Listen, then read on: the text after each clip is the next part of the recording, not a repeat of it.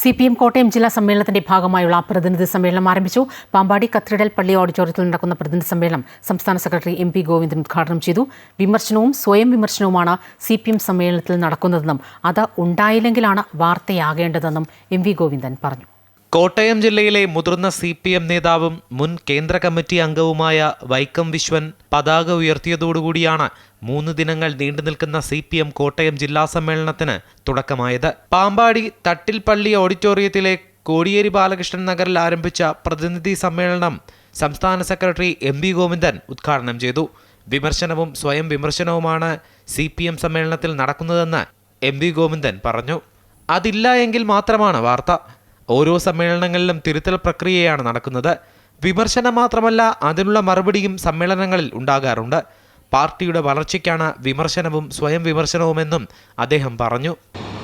ഓരോ സമ്മേളനവും കൃത്യമായ ധാരണയനുസരിച്ച് ഒരു പുതുക്കൽ പ്രക്രിയയാണ് നടക്കുക.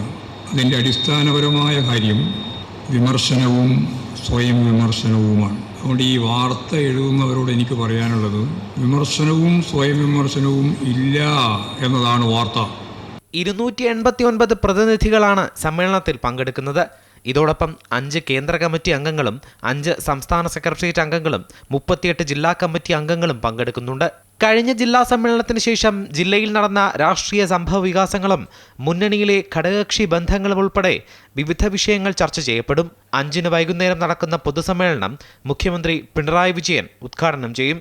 അമൃത ന്യൂസ്, കോട്ടയം.